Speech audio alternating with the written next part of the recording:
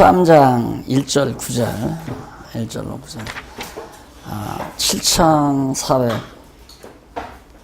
7480페이지죠. 1절로 다른 자들처럼 예루살렘 거민도 망한다고 비유로 경고하는 내용입니다. 참 역사 이런 걸 봐도 역사라고 하는 것이 네. 장관님 그거 주세요. 네, 장관님 그거 들어주세요. 먹는 사람이 너무 많아. 다음 주부터는 이제 먹는 걸로 안 돼야 될 것 같아요. 그 다음 주서부터는 안 먹어도 이 심판의 사실에 대해서 지금 우리가 공부하는 중에 있잖아요. 그런데 예루살렘 심판에 대해서 예수님이 예언하는 거죠. 쉽게 말하면 예언. 그러니까 이미 그 예루살렘은 주전 65년에 헬라 제국에 의해서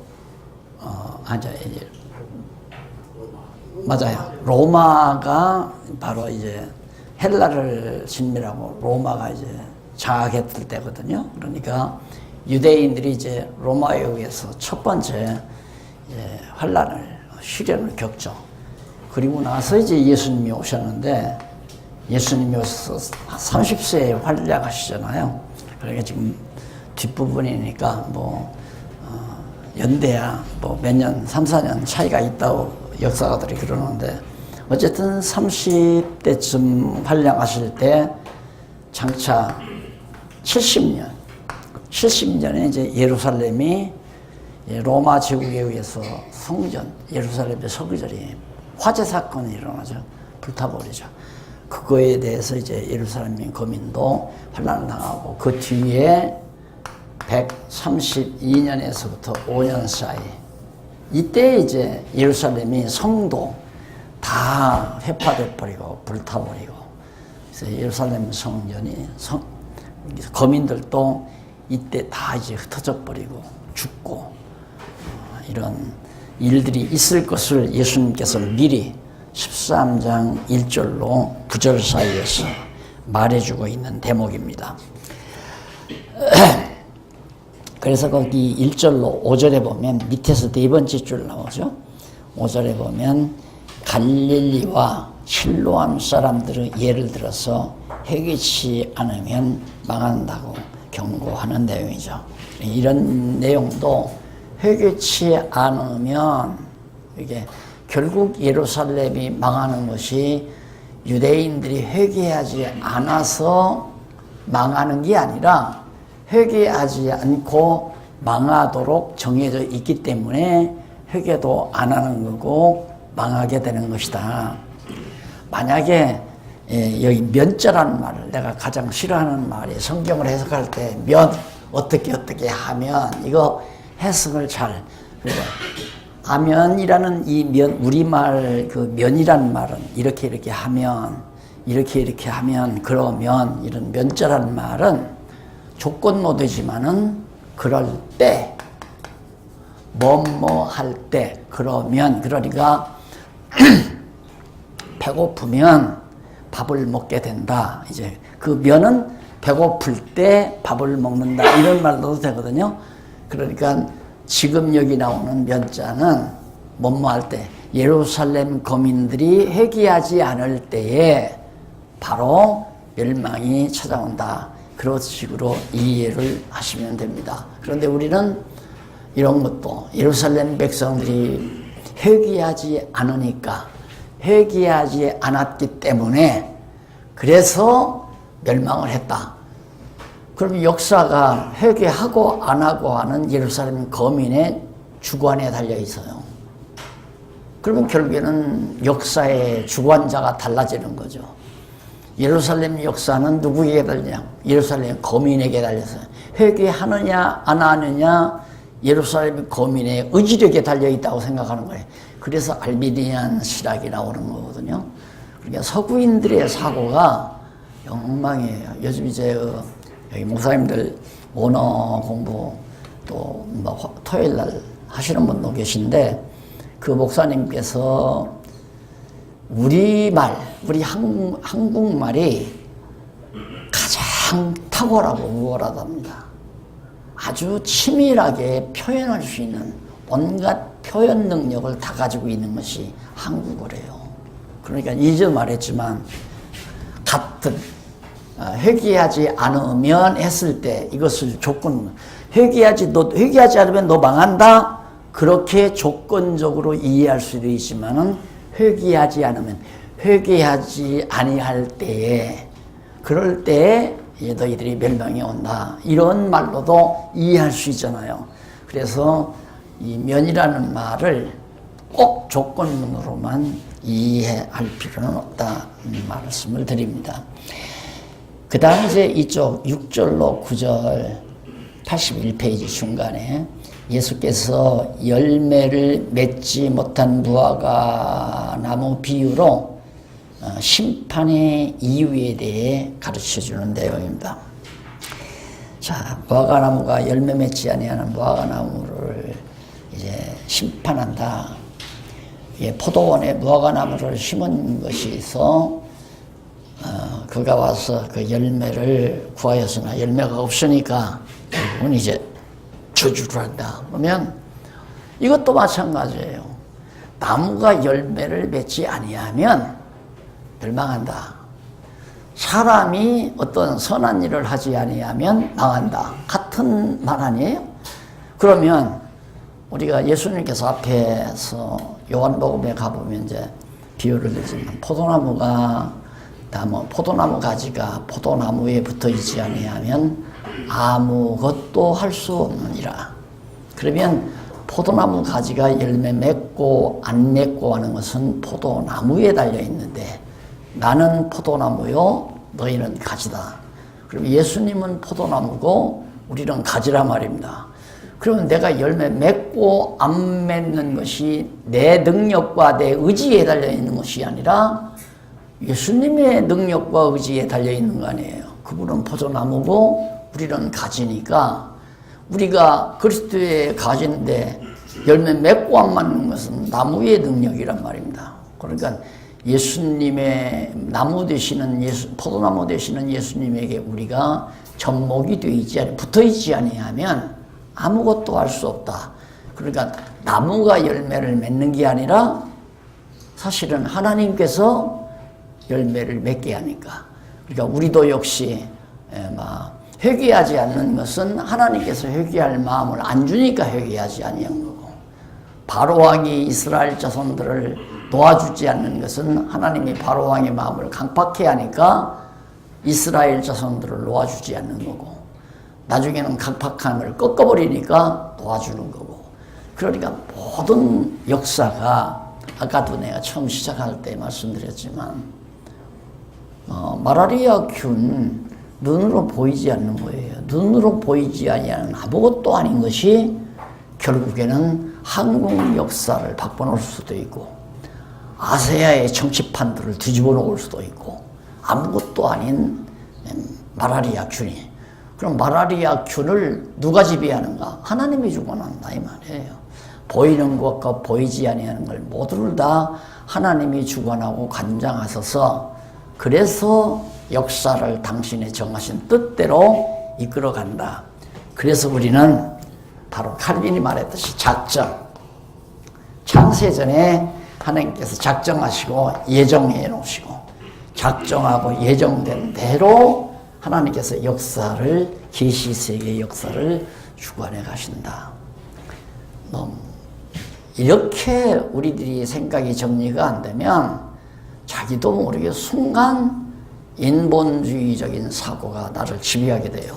그러면 좌절하고 실망하고 걱정하고 거짓말하고. 인본주의가 왜? 내가 해야 되니까. 내가 그래서 그런 예를 들어드렸나요? 이거 자녀를 낳아서 38살 키워놓으니까 이게 엄마가 시장 갔다 오면 엄마 어떡해, 뭘 어떡해, 날씨가 추운데 어떻게 하지? 연탄은 어떻게? 이러고 한다면 기절하죠. 저것이 사람이냐 귀신이냐 싶어가지고. 예. 아, 3살짜리가 뭘 걱정해요. 그냥 살면 엄마가 어른이 알아서 연탄 사다가 안 그러면 보일러 틀어서 따끈따끈하게 해서 재워줄 건데 우리가 그 모습이에요. 우리가 그냥 하나님을 의지하고 편안히 살면 되는 건데 순간 자기가 야 이거 잘 살아야 되는데 야 추우면 어떡하나 뭘 먹고 사나 그런 건 이방인들이 걱정하는 거니까 하지 말라고 예수님이 당부했건만은 끝없이 우리는 무엇을 먹을까 무엇을 마실까 그러고 살잖아요. 걱정 근심이요. 내일 가면 틀림없이 또 만나가 내려오거든요. 내일 아침에 가면. 그런데 그게 안 믿어져요. 그러니까 처음에는 막 가서 그날 먹을 것만 가지고 오라니까 막 끌어다 놨잖아요. 내버려 두었어요.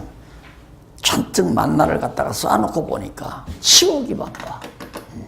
그리고 다 누가 터진 거 누가 뭐 썩어 들어가는 거 누가 먹겠어요. 금방 내려오는 만나 주워다 먹지.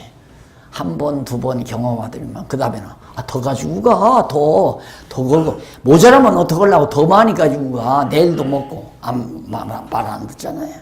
일용할 양식이니까 그날 그걸 이스라엘 백성들에게 훈련을 시켰건만은 그게 아니라 몽땅 자기 앞에 쌓아놔야만이 그걸 바라보고 근심걱정을 하는 우리들도 마찬가지예요. 우리들도 하나님께서 일용할 양식 다 공급해 주실 건데 그렇게 생각을 안 하잖아요.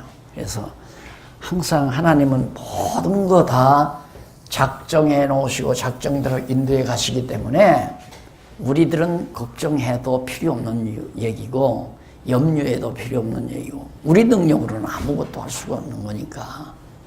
그래서 여기도 바로 이 환란이 온다. 심판. 정한 대로 작정된 대로 역사가 촌치에 빗나감 없이. 그래서 우리 역사관 배우잖아요. 기독교 역사관은 시작에서부터 하나님은 끝을 정해놓고 저기 창조 시작할 때 이 종말을 정해놓고 창조를 했다고 시작했다고 하잖아요. 저기서 벌써 여기 정해놓고 이 심판의 날 정해놓고 창조를 시작한 거란 말입니다. 그러니까 시작에서부터 끝나는 날 향해서 직선적으로 쫙 여기서 계획대로 그냥 쫙 빗나감 없이. 그런데 우리는 끝까지 하나님은 이렇게 해가시는데 내가 잘하면 이렇게 가고 잘못하면 이렇게 갔다가 또 잘하면 이리 오고 잘못하면 이렇게 갔다가 이게 지그재그로 내 생각대로 잘못하면 후퇴했다가 이러는 줄로 착각한다 이거예요. 그게 아니죠. 그러면 기독교 역사관이 직선적 역사가 아니에요. 지그재그 역사관이죠. 그렇죠. 지그재그 역사관. 인간 의지에 따라서 이렇게 될 수도 있고 내가 머리를 쓰고 지혜를 짜서 목회를 잘하면 교회가 부흥될 수도 있고 안 그러면 교회가 망할 수도 있다. 내가 잘하면 성공하고 잘못하면 실패한다. 이것 때문에 우리는 늘 불안하잖아요. 망할 테면 망해라. 하나님의 뜻이면 망하지. 흥할 테면 흥하고. 왜 하나님의 뜻이면 흥하는 거니까. 안 믿어지죠 아직은. 근데 훈련을 해야 믿어져요. 훈련하는 믿어지면 그럼 하나님께서 믿어지게 하는 방법은 뭔가? 자기 힘으로 잘 되는 것 같아. 그런데 이상하게 안 돼. 이거 왜 안 되나? 그러면 그때야 정말 하나님께서 다 정한 대로 이렇게 되나? 안 믿어져 아직도. 또 노력해봐. 안 돼. 안 되는 걸 경험을 해야 내 능력으로 안 되는구나. 그걸 깨닫게 하기 위해서 안 되게 하는 거란 말입니다. 안 되게 하는 이유가 왜 안 되는가? 경험해서 깨닫게 하려고. 무엇 때문에 아버지가 탕자를 내보내는가? 이 자식 아버지 밑에 있으면 행복할 건데 뭐하러 나가기를. 그러니까 쟤 혼자 살면 행복할 줄 알고 나가고 싶어 한다 이 말이에요. 아니다. 그거 아니다. 암만 말로 아버지가 아니다고 해도 필요 없어요. 아버지 때문에 나 열받아 못 살겠어요. 나도 내 마음대로 좀 살아보겠어요. 그러고 나간다는 거 아니에요.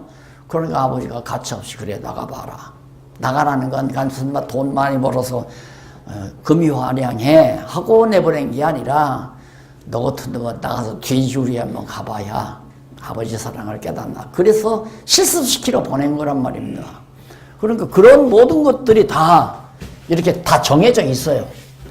내가 이때 태어났으면 여기서 한동안 나 사는 동안 언제 태어나서 언제 공부해가지고 언제 병들고 언제 가난하게 되고 언제 부유하게 되고 언제 정말 고통당하게 되고 언제 환난당하게 이거 전부 다 인류 역사가 그렇게 정해져 있대. 이스라엘 민족이 로마에게 언제 정복당하고 정말 언제 성전이 불타버리고 언제 예루살렘 성곽이 다 회파되고 그런 거 다 하나님께서 창세 전에 다 작정해 놓으시고 직선적으로 계획대로 역사가 그대로 이끌어간다는 말이에요. 이것만 믿어져야 이게 확실하게 믿어야 맞다. 맞는 것 같다. 그거 안 돼요. 맞는 것 같다 하면 또 근심하고 걱정하고 또 재주 부리고 인간 수단 방법 찾고 근데 맞다. 딱 그러게 맞다 해야 마음이 편안해져요. 맞다 해야. 그러니까 맞다 할 때는 깨달았다는 얘기거든. 안다는 얘기거든. 안다는 말은 확실하게 믿어진다는 말이에요. 알아야 믿어지니까. 이 믿어지면 진짜 마음에 평안이 오고 근심 걱정 사라져버리고 환난이 와도 두려워하지 않냐고. 하나님께서 나를 연단을 시키기 위해서 이 시련을 주시는구나. 연단하면 크잖아요. 연단 받으면 시험을 거치면 부쩍부쩍 실력이 늘어나잖아요. 학교 공부할 때도 시험 거치고 나면 실력이 올라가고 3학년 시험 보면 이제 4학년 올라가고 4학년 시험 보면 5학년 올라가고 시험 거치면 우리의 믿음이 점점 그래서 대장부가 되지는 거죠. 그런데 우리는 이 세상 성공해서 모든 사람의 부러움을 사고 할 만큼 잘 먹고 잘 사는데 목표를 딱 두면 백발백중 그건 실패입니다. 그건 자기가 생각하고 어긋난다 이 말이야. 하나님께서는 우리를 이 돼지우리 같은 세상에 왜 보내느냐면 아버지 집이 얼마나 행복한가를 깨닫게 하려고 이 돼지우리 집 세상으로 우리를 내보내서 고난 많은 세상에 살게 하는 거란 말입니다. 그러니까 사실은 우리는 짐승처럼 사는 거예요. 돼지우리와 같은 세상에서 타락된 세상에서 이거 살아보니까 그 다음 천국 가면 이렇게 좋은 걸 깨달았으니까 이렇게 좋은 그거 하나님께서 우리에게 씹어주려고 태어나게 해서 살게 하는데 우리는 끝없이 그게 아니야. 나 태어났으니까 하나님이 나 복 줘가지고 수천억 대 돈 벌어서 수천억이 아니라 수천조의 돈을 벌어서 롯데 빌딩보다 더 높은 200층짜리 빌딩 져가지고 200층짜리 제일 윗자리에다가 회장실 마련해놓고 둥글둥글 돌아가는 의자 불리면서 영화 누리고 정치인들하고 전화하면서 식사나 같이 합시다. 골프나 한번 같이 칩시다. 하고 대통령하고 장관들하고 오고 가고 그게 성공으로 지금 다 생각을 하잖아요. 그거 아니잖아요. 하나님이 그렇게 살라고 우리를 여기 둔 게 아니란 말입니다. 하나님 집, 하나님 백성으로 행복하게 기쁘고 즐겁게 살게 하기 위해서 이 고난 많은 세상에 우리를 버려놓으시고 때로는 울고 불고 병들고 건강하고 가난하고 부유하게 연단받으며 살게 하시는 뜻이 거기 있다. 그래서 하나님의 역사는 이처럼 정한 대로 예루살렘 너희들 망한다. 여기 이때 이 환란을 예수님께서 미리 예언하는 내용이고 그 다음 13장 10절로 21절 안식일에 병 고치는 것을 반대하는 자들을 비유로 자 안식일에 예수님께서 딱 병을 고치니까 반대하는 바리새인들이죠. 율법주의자들이 안식일을 범한다고 안식일에 왜 그런 짓을 하느냐 그런 자들을 이제 예수님께서 책망하는 내용이죠. 앞에서도 다 얘기했지만 안식일에 선을 행하는 것이 옳은 일이냐 나쁜 일이냐 이런 비유도 앞에서도 들었지만은 그래서 거기 보면 17절에 본문 17절에 보면 그런 얘기가 나요. 예수께서 이 말씀을 하시며 모든 반대하는 자들은 부끄러워하고 온 무리는 그 하시는 모든 영광스러운 일들을 기뻐하니라 했어요. 예수님이 안식일에 병 고치는 일도 그런데 18절로 21절 한번 보세요. 18절로 21절 저기 83페이지 중간쯤 보면 줄바꾼데 나오죠. 18절로 21절. 예수께서 확장되어가는 하나님의 나라를 겨자씨와 누룩 비유를 들어서 알려주죠. 자, 겨자씨가 깨알보다도 더 적어요. 아주 적더라고요. 아주 뭔 씨와 같으냐면 겨자씨가 아편이니까 그 아편 나무 꽃 피는 거 있죠? 예. 그 나무 씨알이 아주 작아요. 그런데 그런 작은 씨알 하나 떨어뜨리면 그것이 나서 가지를 뻗고 줄기를 뻗어서 큰 나무를 이루어서 거기에 가지에 새가 깃들인다 하는 것처럼 천국 비유로 그렇게 뜬 거죠. 그래서 예수 그리스도께서 한 분 딱 오셔서 죽으심으로 말미암아 씨알이 떨어져 죽음으로 밀알 하나가 떨어져 썩으면 많은 열매를 맺고 썩지 않으면 열매를 못 맺잖아요. 밀알 하나가 떨어져서 썩어서 뿌리가 나고 줄기가 뻗으면 30배, 60배, 100배의 결실을 맺는 것처럼 그런 비유로서 천국이 점점 확산될 것을 어떻게 예루살렘과 유다와 사마리아와 땅끝까지 복음이 확산될 것을 예수님이 미리. 그러면서 13장 22절로 33절 좁은 문이 닫히면 밖에서 통곡하며 이를 간다고 경고합니다. 결국은 이제 천국 문이 열리는데 천국 문이 열렸을 때 좁은 문이죠. 넓은 문이 아니고 좁은 문. 왜? 모든 사람이 상식에 따라서 모든 사람이 인간 상식에 따라서 성경으로 말한다면 자기 좋은 대로 생각하는 거. 왕이 없으므로 자기 자신의 견해, 옳은 대로 행동하는, 자기가 볼 때 옳다고 생각하는 대로 행동하는 거. 그게 상식대로 행동하는 거. 그건 길이 넓어요. 많은 사람들이 간다 이거예요. 그러나 성경에 가르쳐준 하나님의 말씀대로 따라간다고 하는 것은 좁은 길이기 때문에 고속도로처럼 달릴 수는 없죠. 좁은 길이니까. 그러니까 우리가 지금 가는 길이 다 좁은 길 아니에요. 우리가 정말 영혼들을 말씀 가르치면서 이렇게 산다는 것이. 그래서 비록 좁은 길이지만 천국 문이 닫히면 그 다음에는 더 이상 들어오지 못할 때가 온다는 것. 그래서 밖에서 통곡하고 이게 심판의 모습을, 심판의 사실을 일일이 설명하는 내용입니다. 그 다음 31절로 35절 죽임을 당할 장소인 예루살렘이 버림받을 것을. 예루살렘에 이제 예수님이 올라가서 붙잡혀 죽으시잖아요. 그런데 이제 버림받아요. 요 때를 말하는 거죠.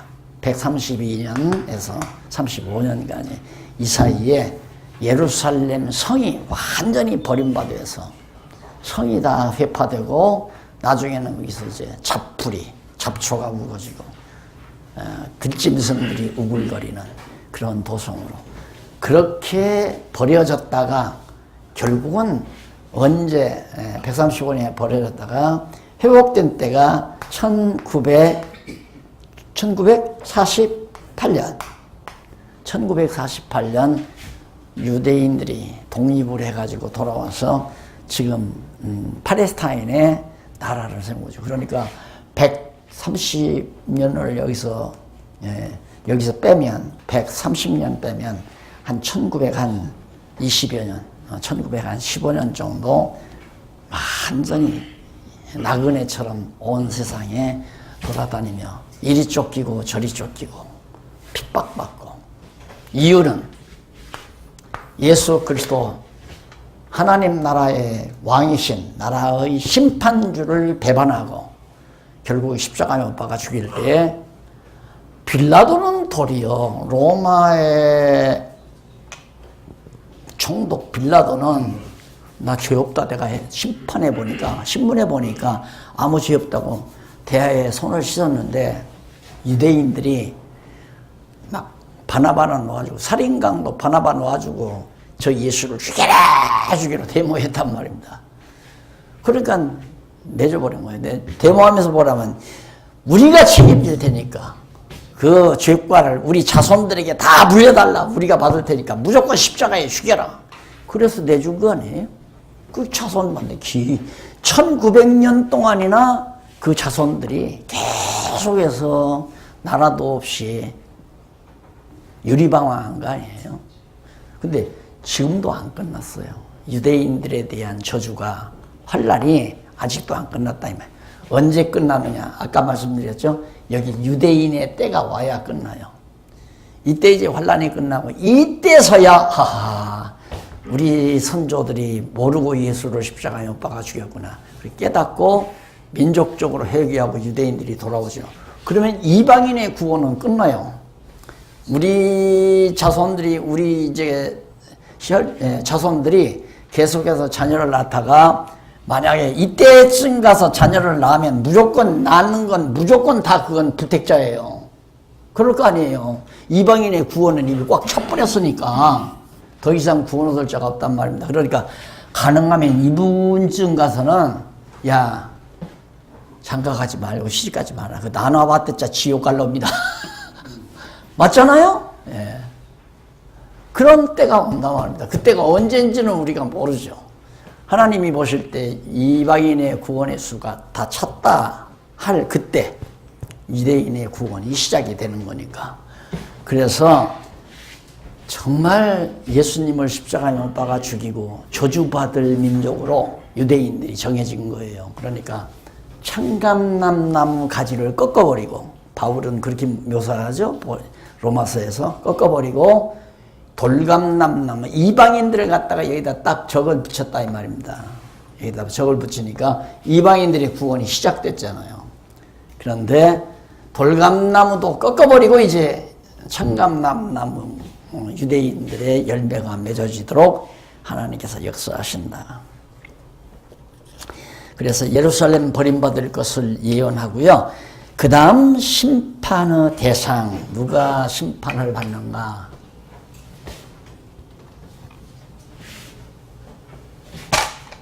내가 이제 1번, 2번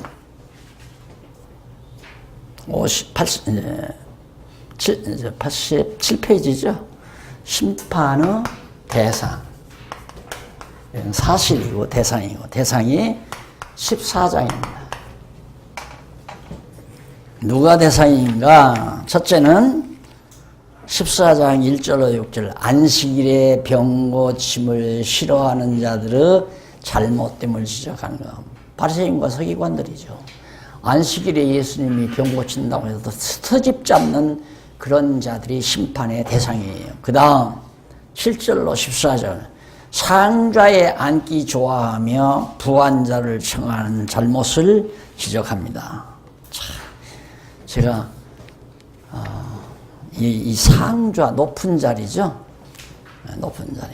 그래서 이런 의식이 있어가지고 저는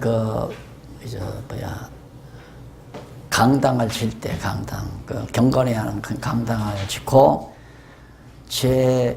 제가 앉는 의자를 같이 성도들이 앉는 일반 평자리에다가 의자 책상을 놓았어요. 참 거북하더라고요. 이렇게 해놓고 여기다 딱 앉아서 딱 앉아 있으면 정말 내가 이 장안요한교회에서 내가 제일 높은 사람이구나. 자연히 그 분위기가 나를 그렇게 만들더라고요. 나를. 그리고 감히 성도들은 거기 와서 앉을 생각을 또 못하고. 그래서 이게 참 인간의 그 얄팍한 생각을 이런 데서 다 드러내잖아요. 이게 바리새인과 서기관들은 종교업자들이거든요. 종교 지도자들. 그러니까 전부 모든 백성들을 자기 밥으로 하는 거죠. 그래서 법을 만들어서 전부 백성들을 억누르고 지배하고, 그리고 제일 높은 자리에 앉아서 인사받기 좋아하고, 시장거리에 나서 다 많은 사람들이 보면 나는 일주일에 한 번씩 금식했나이다, 안식일을 지켰나이다, 남의 것을 토색하지 않았나이다. 자기의 의로움만을 많은 사람들을 듣는 데서 그렇게 외쳐대는, 지금도 주체금전 양반들 그런 거 있잖아요. 마치 자기는 완전히 거룩한 사람인 것처럼 목사는 정말 완전하게 다 거룩한 하나님의 종인 것처럼 그렇게 과장하기 위해서 이상한 옷도 만들어 입게 되고 그리고 그렇게 자꾸 행동을 하게 되고 이래서 그런 자들이 그때 그 당시에 이제 그렇게 높은 자리에 앉기 원하는 그런 자들이 심판의 대상이다. 14장 15절로부터 24절 잔치에 청함받은 자가 핑계로 거절하는 잘못을 지적하는 내용입니다. 이게 잔치에 초대받은 자라고 하는 것은 예수님이 하늘로부터 생명의 떡으로 오셨잖아요. 하늘로부터 진짜 생명의 떡으로 생명의 양식으로 예수님이 오셨는데 그 잔치를 천국 잔치를 베푼 거예요. 그래서 초대를 한 거예요. 누구야? 유대인들이란 말입니다. 유대인들을 초대했는데 핑계대고 안 오는 거죠. 그러니까 안 오니까 거리에 있는 이방인들을 말하는 이방인들에게 이제 예수님이 복음이 전파되어져 가잖아요. 그리스도의 복음을 먼저 예루살렘에서부터 전해져요. 예루살렘과 유다, 그게 바로 유대인들이거든요. 이스라엘 민족에게 복음이 먼저 전파됐어요. 안 받아요. 받지를 않아요. 그러니까 유다와 사마리아, 이방인들이 사는 거예요. 사마리아와 땅끝 이방인 세계로 복음이 증거된다. 유대인들은 잔치에 초대받았지만 안 오고 초대받지 아니한 이방인들이 다 하나님 나라의 잔치에 동참할 것을 여기서 말해주는 그런 대목이 나옵니다. 그 다음 14장 25절로 35절 여기 보면 제자가 되지 못해 버려질 자들의 잘못을 비유로 지적하는 그런 내용입니다. 제자가 돼. 그러니까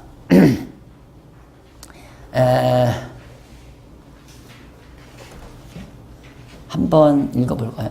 허다한 무리가 함께 갈새 예수께서 돌이키사 이르시되 무릇 내게 오는 자가 자기 부모와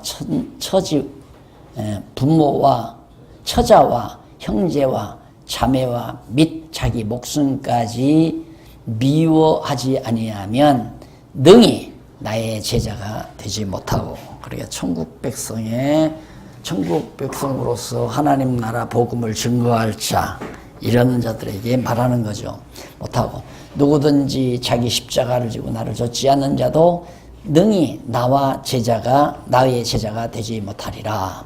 이런 얘기도 우리는 어떻게 받아들이냐면 내가 다 저버리고 내가 모든 걸 다 저버리고 주를 따라야 주님의 제자가 되겠구나. 그게 아니고 여기 지금 제자들, 12제자를 향해서 하는 얘기거든요. 근데 진짜 12제자들을 그렇게 뵀잖아요. 처음에는 그들이 예수님 죽으시기 전에는 예수님 참 신바람 나게 따라다녀서 배고프고 막 표적행해서 막 밥 먹고 살게 하고 또 병든 자들로 막 병이 버떡버떡 나고 그러니까 어깨가 우쭐우쭐해서 이렇게 따라다녔는데 오늘날 갑자기 보니까 뭐 잡혀가고 끌려가고 십자가에 매달려 피 철철 흘러오니까 다 도망갔다 이 말입니다. 그런데 예수님이 바로 이걸 그대로 이루시게 한 거예요. 처자도 보도 다 져버리고 완전히 막 제자들이 베드로를 비롯해서 야고보와 요한 등등 제자들이 다 져버리고 목숨까지도 다 져버리고 자기가 져야 될 십자가를 지고 그리고 다 복음으로 위해서 살잖아요. 물론 그들만 산 게 아니라 2000년 역사, 교회 역사를 이어오면서 복음을 위해서 정말 모두를 저버리고 산 신앙의 선배들이 허다한 것을 우리가 알 수 있죠. 칼빈 선생님도 바로 그런 거죠. 복음을 깨닫고 나니까 정말 막 구교, 천주교, 로만 가톨릭주의자들이 이제 잡아다 죽이려고 칼빈을 그러니까 막 도망 다니고 지하실에서 전해오는 얘기 들으면 칼빈의 이목구비, 얼굴이 이목구비에서 고름이 안 나오는 것이 없을 정도로 그렇게 고난을 받았답니다. 눈에서, 귀에서, 코에서. 아까 귀가 좀 어둡다고 그러네. 좀 어두운 건 이건 호강이에요. 질질 나온다고 생각해 보십시오. 그러면서도 그가 최선을 다해서 그래도 그가 남겨놓은 서적들이 갈빈 주석이라든가 기독교 강요라든가 그게 그래도 명맥을 500년 동안 이어오도록 해준 거예요. 그런 걸 보면 정말 우리는 너무 허강 속에서 산다는 부끄러움이 있는 거죠. 가끔 그런 생각 들죠. 만약에 하나님께서 이 모습으로 그대로 불러가신다면 칼빈 선생님 앞에 가서 면목이 있을까? 정말 선배님 너무 고생하셨습니다. 할 수밖에 없죠. 덕분에 이렇게 살다 왔습니다. 이럴 수도 있고요. 이것도 다 하나님께서 이미 그럴 자들로 정해놓고 예수님께서 그렇게 될 자들로 정해놓고 그렇게 산다고. 그러니까 이제 사도행전 우리가 공부해보면 알지만 바울을 다메섹 도상에서 이제 바울을 부르잖아요. 부활 승천하신 예수님이 나타나셔가지고 바울을 불러요. 사울아 사울아 주여 어디십니까? 깜짝. 그때만 해도 예수 안 믿는, 예수 믿는 사람 잡아다 죽이려고 하던 사람이니까. 믿습니까? 하니까 나는 네가 핍박하는 예수다. 너 왜 날 핍박하느냐 이 말이에요. 그러면 다메섹에서 예수를 믿고 있다고 하는 사람들을 잡아다가 이제 죽이려고 하는 거 아니에요. 그럼 다메섹에서 예수 믿고 있는 사람들이 그게 바로 예수님이라 이 말이에요. 왜 나를 핍박하느냐? 주여 어디십니까? 네가 핍박하는 예수다. 그러면서 내가 너를 어머니 뱃속에서부터 이방인의 사도로 정해놨다. 네가 앞으로 얼마나 많은 고난을 받으면서 예수의 증인이 될 건가를 예수님께서 거기서 예고를 해줘요.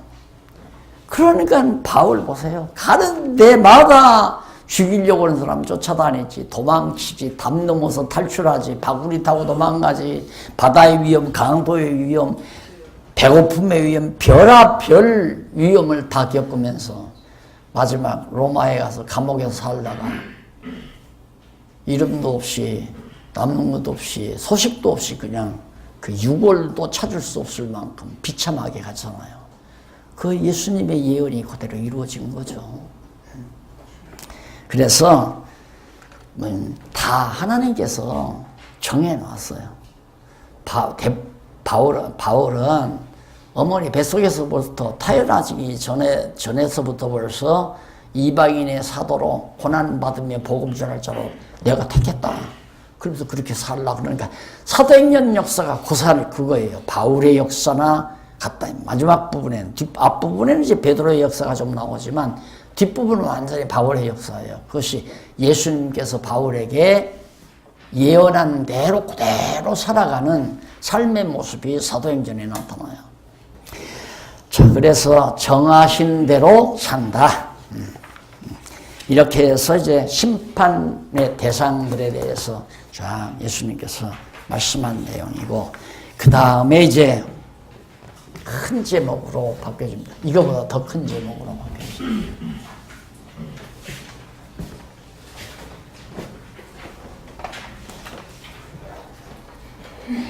2번이죠. 아니, 이거보다 더 큰 제목이 아니라 한쪽 가로 2번. 심판의 방법에 의한 사역.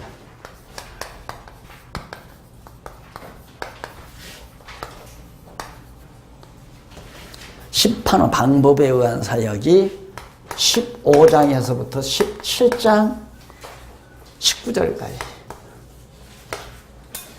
그러니까 이렇게 핵심 주제를 찾아드렸기 때문에 앞으로 15장부터 17장 19절까지는 아하, 예수님께서 장차 심판하시는 방법에 대해서 말한 거구나. 쉽잖아요. 일단 그렇게 정해놓고 나면. 그러면 이제 15장부터 16장 13절까지가 죄인의 회개를 기뻐함. 양쪽 거는 1번. 죄인의 회개. 그러니까 택한 백성이 죄인이지만은 그는 회개해서 심판을 면하게 하는 거죠. 심판이란 택자와 불택자를 갈라놓는 게 심판 아니에요. 심판은 택자와 불택자를 갈라놓는 거. 최종에 가서 생명부활은 택한 백성이고 사망부활은 불택자고, 이게 이제 최종 심판이듯이 중간 과정에서도 하나님의 택한 백성은 회개해서 구원 얻게, 회개해서가 아니라 회개시켜서 구원 얻게 해놓으시고, 불택자는 회개시키지 않아서 멸망받게 하시고, 그게 이제 심판 역사란 말입니다. 그러니까 죄인의 회개에 대해서 얘기하는데 15장 1절로 10절 보세요. 거기 이쪽에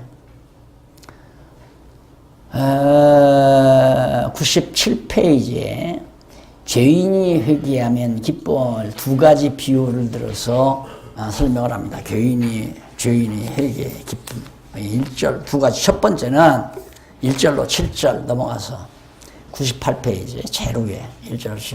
예수께서 이른 양 비유로 죄인 하나가 회개하면 하늘에서 기뻐한다. 죄인 하나가 회개하면 하나님. 왜? 하나님 기쁘신 뜻대로 되니까 회개하는 거야. 그러니까 그 말을 이제 비유 중에 그런 비유가 있죠. 100마리, 99마리 양의 비유 나오잖아요. 99마리, 100마리. 근데 100마리 양을 가지고 있는 자가 한 마리를 잃어버렸어요. 잃어버렸기 때문에 99을 버려두고 한 마리를 찾아 나선다. 그만큼 하나님께서는 죄인이 회개하고 당신의 사랑하는 백성이 회개하고 돌아오기를, 당자가 돌아오기를 아버지가 기다리듯이, 그게 이제 심판의 방법이에요. 돌아오게 해서 구원하고 못 돌아오게 해서 멸망을 시키고. 왜 못 돌아오는가? 못 깨닫게 하니까. 깨닫고 돌아올까 봐 못 깨닫게 한다고 그랬잖아요. 들어도 보지 못하고 들어도 깨닫지 못하고 보아도 알지 못하게 만든다. 귀가 있어도 듣지 못하고 눈이 있어도 보지 못하게. 왜? 눈으로 보고 귀로 듣고 깨닫고 돌아올까 봐 못 듣게 하고 못 깨닫게 한다. 누구에게? 불택자에게. 택자는 보고 듣고 깨달아 돌아오게 만드시고, 그게 다 하나님께서 모두가 주관하시는 일이란 말입니다. 그런데 우리는 내가 잘해서 듣고 깨달으면 구원받고, 내가 안 믿으면 지옥 간다고 생각하잖아요. 그게 이제 하나님과 인간을 대등하게 놓고 하는 얘기거든요. 내가 믿어야 하나님이 날 구원해 준다. 자, 하나님은 이렇게 구원주를 내려줬으니까, 이게 물속에 빠져 있는 내가 손을 들어서 이걸 잡아야 한다, 이거예요. 꼭 잡아야 한다. 그래야 내가 구원 얻는다. 구원의 주를 내려주는 건 하나님이 하시는 거고, 그래서 하나님이 세상을 이처럼 사랑하사 독생자를 주셨으니 물속에 빠진 모든 사람 누구든지 이걸 잡으면 구원 얻고 안 잡으면 지옥 간다. 그렇게 생각을 하잖아요. 그게 성경도 잘못 번역된 거지만, 요한복음 공부할 때 이제 배우겠지만, 이렇다면 인간의 노력 여하에 따라서 구원 얻고 멸망받고 할 거 아니에요. 아니에요. 이렇게. 그래서 이제 알미니안주의자들은 부분 타락을 얘기하거든요. 부분 타락. 우리는 장로교는 전적 타락 아니에요. 전적으로. 전적 타락했단 말은 물속에 완전히 이게 끝났다, 이거 죽었다, 완전히 죽었다. 부분 타락이란 말은 나 같은 사람은 이 정도고, 우리 한 목사님 같은 양반은 이 정도고, 아직 목차려면 한참 더 있어야죠. 나는 이제 더 많이 타락한 사람이고, 한 목사님은 덜 타락한 사람이고, 이런 식으로 생각을 한다, 이 말입니다. 근데, 아니, 이렇게 물속에 다 완전히 죽어서, 세월호 학생들처럼 다 죽어서 지금 돼버렸는데, 무슨 줄 내려주면 잡고 안 잡고가 어디 있어요? 못 잡아요. 잡을 수도 없고, 죽어버렸으니까. 그러니까, 죄와 허물로 죽을 수밖에 없는 우리가 아니라, 정확하게 표현하면 죄와 허물로 죽은, 이미 죽어버린 우리, 죄와 허물로 이미 죽어버렸어요. 죽을 수밖에 없는 게 아니라 요거 놔두면 죽을 수밖에 없죠. 잘못하면 빠져서 점점 빠져서 혹시 한 목사님은 헤엄 잘 쳐서 살아날지 모르지만 나는 헤엄도 못 치니까 죽는다 말입니다. 이건 죽을 수밖에 없는 거야 이제 이거 없으면. 그러니까 줄이라도 하나 던져주어야 붙잡고 살아나는 거죠. 이거 한다 이거예요. 그러니까 얼마나 지금 많은 영혼들이 먹지 말아야 될 것을 먹고 지금 쓸데없는 고생을 많이 하고 있는 걸 알 수 있잖아요. 참 들으면 속상하지만 알미니안주의 신학자들 참 한심한 양반들이야. 그 어떻게 그럴 수가 있네요. 완전히 우리는 부분 타락이 아니라 전적 타락했다. 그러니까 줄을 내어준 것이 아니라 하나님이 인간의 몸을 입고 그냥 바다에 펑 하고 다이빙 했다. 왜? 죽은 놈 거기다 힘호흡 시켜서 살려내려고. 예수님이 직접 오셨어요. 오셔서 그냥 육신의 몸, 우리 인간의 몸을 입고 세상에 오셔서 죽은 우리들을 다 살려내기 위해서. 그 다음 이제 15장 11절로부터 32장까지 보면 죄인이 회개하면 사랑으로 용서함을 탕자 비유로 알려주는 내용입니다. 내가 늘 탕자 비유. 아마 탕자 비유가 누가복음에만 나오죠? 그렇죠? 누가복음에만 딱 나와요. 나는 이 탕자 비유가 예수님께서 뭐 보면 그 좁은 견지에서 한 게 아니라 하나님의 섭리 전체, 하나님의 계시 섭리 전체를 비유로 가장 리얼한 비유로 압축시킨 비유라고 그렇게 생각을 해요. 탕자 비유라고 하는 것이. 에덴 동산 이거 얼마나 살기 좋게 만들었어요. 보기에 좋았더라. 참 얼마나 좋아요.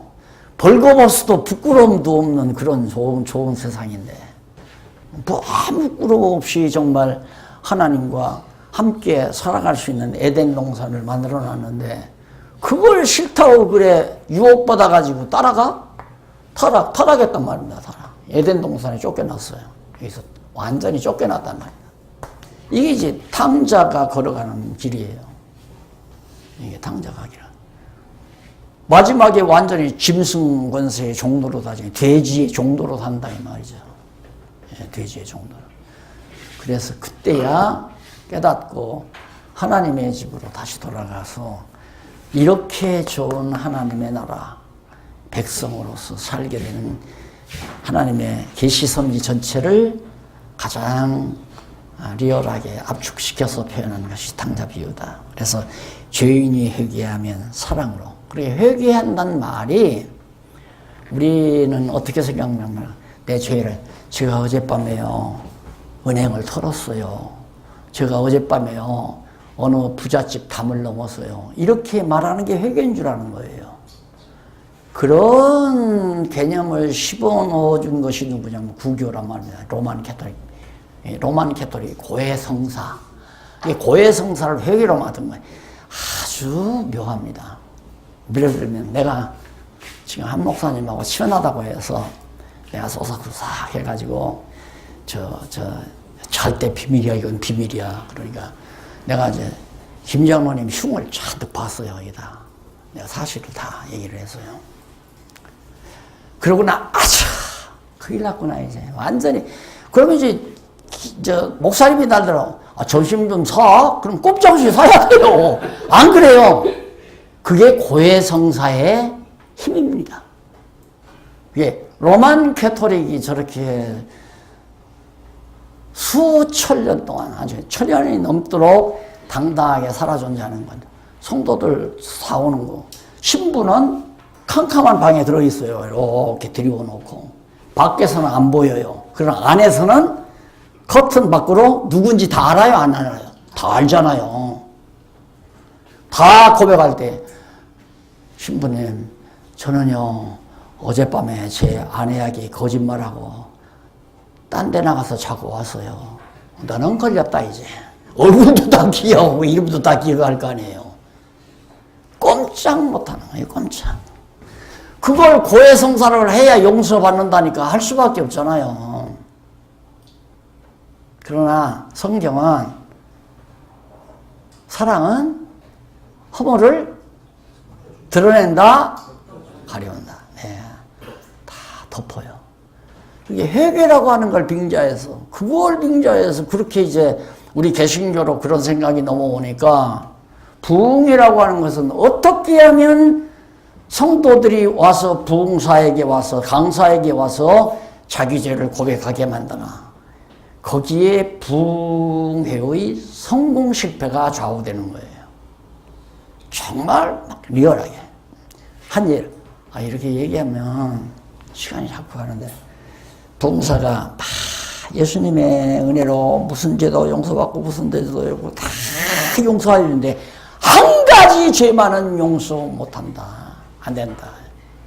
한 가지 죄가 뭐냐면 살인죄다.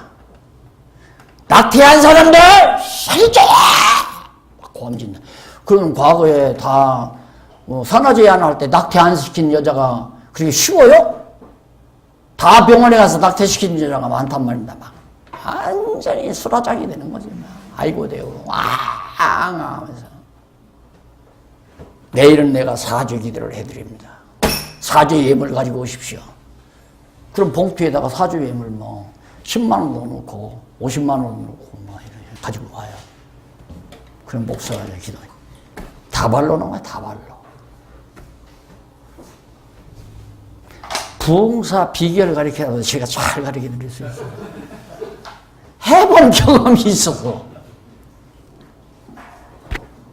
회개라는 게 그게 아니에요. 하나님께서 회개를 시키는 거예요. 그러니까 애굽에 들어가서 종로로 또 누가 시켰어요? 하나님이 시켰죠? 애굽에서 나오게 하시는 분은 하나님께서. 그렇죠. 애굽의 죄의 권세 아래 들어가게 하시는 분도 하나님, 죄의 권세로부터 꺼내는 분도 하나님. 들어갔다 나오는 게 회개란 말입니다. 돌이킨다니. 양심이 하나님 앞으로 돌아가는 거. 오늘 우리는 마음이 하나님 앞으로 돌아가는 거. 이거 회개라고 배우잖아요. 신학에서도. 그런데 여전히 회개하려면 다 목사한테 다 고백해. 담임 목사한테는 고백하기 힘들지만 부흥사가 오면 부흥사는 한 번 왔다 가니까 그러면 그런 심리적인 효과가 있죠. 어디 가서 다 털어놔 버리면 혼자만 막 가지고 있다가 남편 몰래 어느 남자 만나서 차도 마시고 식사도 하고 가서 춤도 추고 했는데 항상 걸려 있잖아요. 그런데 부흥사님한테 가서 제가 잠시 실수를 했거든요. 하고 나면 이제 뭔가 개운한 것 같아요. 그거 아니란 말입니다. 넘어갑시다. 16장 1절로 13절. 청지기의 비유로 용서하여 친구를 사귀는 것을 알려줍니다. 여기 좀 난해한 대목입니다. 이것이 아주 부정한 재물로 어떻게 친구를 사귀라. 그런 법이 어디 있어요? 부정한 재물로 친구를 사귀라. 자, 9절에 한번 보세요. 9절. 목사님들 성경은 다 아시잖아요. 그러니까 제가 일일이 다 안 합니다. 핵심 대목만 딱딱 누르주세요.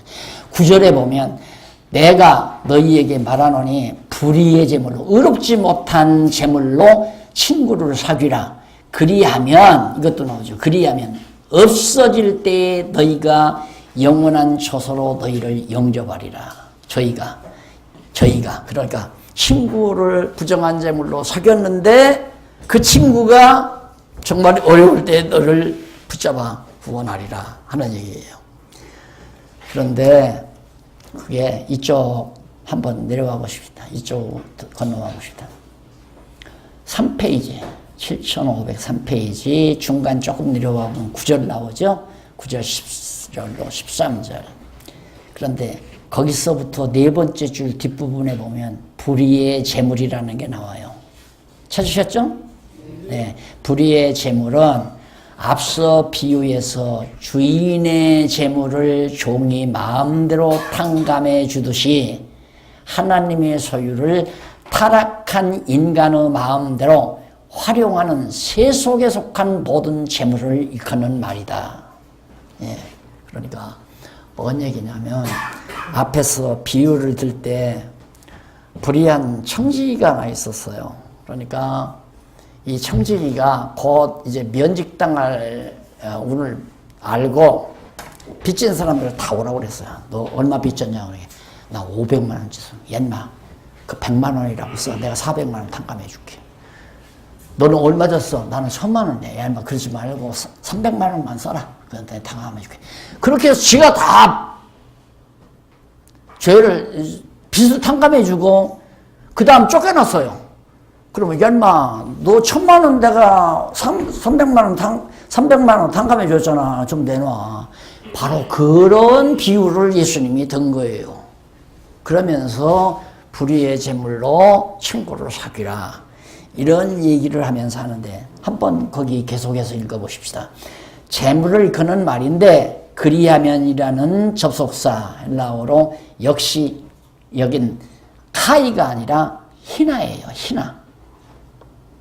희나인데 이는 뭔뭇을 위하여 뭔뭇 때문에 그렇게 하여 등의 뜻입니다. 그러니까 그리하면이가 하면이라는 뜻은 전혀 없고 뭔뭇을 위해 뭔뭇 때문에 그렇게 하여 등의 뜻이고 없어질 때란 말은 무슨 뜻이냐면 생략할 때, 그칠 때, 죽을 때, 실패할 때 그런 그런 의미예요.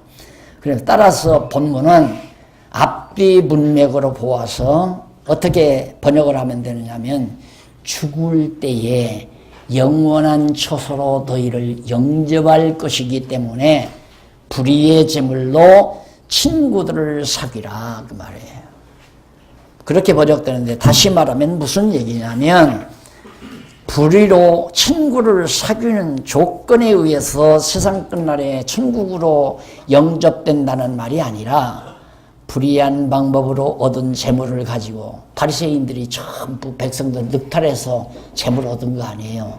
그런 불의한 재물이지만은 그걸 가지고 천국으로 조건에 끝날 때 천국으로 영접해야 된다는 것이 아니라 불의한 방법으로 얻은 재물을 가지고 천국으로 영접해 줄 친구를 사귀라. 그러니까 천국으로 영접해 줄 자가 누구예요? 예수 그리스도죠. 그러니까 예수 그리스도를 영접하라. 천국으로 너희들을 영접할 거니까 그 불의의 재물 가지고 하나님 나라를 위해서 일을 해라 하는 얘기지, 쉽게 말하면. 그리고 이어서 지극히 작은 것에 충성된 자는 큰 것에도 충성되고 지극히 작은 것에 불의한 자는 큰 것에도 불의하니라고 그렇게 말씀하시죠. 뭐 일일이 그건 읽으면 쉽게 이해가 가는 얘기고요.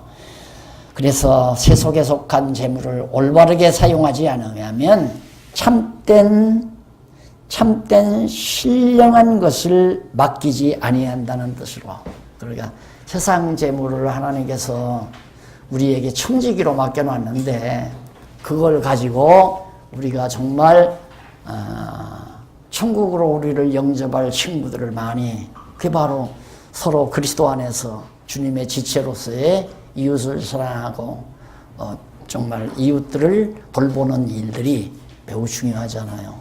그렇게 살라고 당부하는 내용입니다.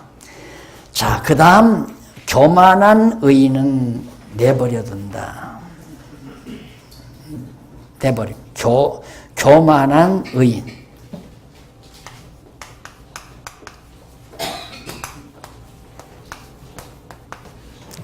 교만한 의인은 하나님께 내치는 거죠. 교만한 의인이라는 게 바로 의인인 척하는 바리새인과 서기관들을 말합니다. 14절로 18절 16장 75페이지. 높임을 받는 의인은 미움을 받아 버려진 자임을 알려줍니다. 참, 제가 이런 이제 강론집을 쓰면서 이런 자리에 오면 사실 교회 목사님들이 하게 되면 교인들이 저절로 다 목사님 다 존경하고 높이 보시잖아요. 나도 모르게 자꾸 높아지는 거죠. 제가 언젠가 말씀드렸죠. 지혜찬학교라고 애기들 공부시키는 그런 학교가 있는데 그 학교 가운데 애기들 한 5살씩 모아놓고 이제 가르치는 그런 반이 있는데 날들어 일주일에 한 번씩 20분씩만 와서 좀 해달라는 거예요. 그러면 가면 그냥 누워요. 누워서 뒹굴고 막 놀고 그러기 때문에 어떻게 그놈들을 붙잡아 놓고 얘기를 해야 하니까 힘들지 않아요. 매우 어렵단 말입니다. 쉽지 않단 말입니다. 그놈들 관심을 끌어야지. 그래서 가서 한 20분씩 하는데 딱 가니까 어떤 놈이 있다가 와! 우리 교회에서 제일 높은 분 왔다! 그러고 고함을 쳐요. 그 말을 듣는 순간 제가 가슴이 탁하더라고요. 야, 아이들 눈에도 저렇게 내가 비추는구나. 그래서 그 다음부터는 넥타이를 안 매고 그냥 집에 아저씨처럼 큰아버지나 할아버지처럼 그렇게 하고 이제 가서 같이 앉고 뭐 얘기도 하고 무릎에도 앉혀놓고 하기도 하고 칠판 놓고서 이제 아주 그림도 크게 그리면 안 돼요. 개미 같은 거 조그만 거 그리면 어쩌나요? 조그만 걸 그려야 돼요. 그렇게 해서 한 20분씩 요것은 여자 개미거든. 요것은 남자 개미고. 그러면서 이제 그려놓으면 정신은 쭉 팔리고. 그리고 이것은 왕개미야, 왕개미. 이것은 새끼개미고. 그러면서 이제 얘기를 끌어가지고 이제 예수님과 우리와의 관계를 얘기하기도 하고, 욕심 많은 이제 강아지가 결국에 물에 빠져드는 장면도 그렇게 얘기도 하고, 그러면서 이제 시간을 담당했는데, 우리 교회에서 제일 높은 분 왔다 하는데, 내가 어떻게 행동했으면 저 어린 것들에게 저렇게 비춰졌는가. 그래서 바로 이 나오니까, 높임을 받는 의인은, 우리는 보통 세상에서야 높임 받아야죠. 그래야 출세한 거죠. 세상에서는. 그러나 교회에서는 높임 받는다는 것처럼 두려운 일이 없죠. 두렵잖아요. 당연히 높임 받아야 될 분은 이분이 심판주가 높임을 받아야지 내가 뭔데 높임을 받아요. 안 그래요? 그래서 동력자라는 말을 쉽게 우리가 사용해야 한다.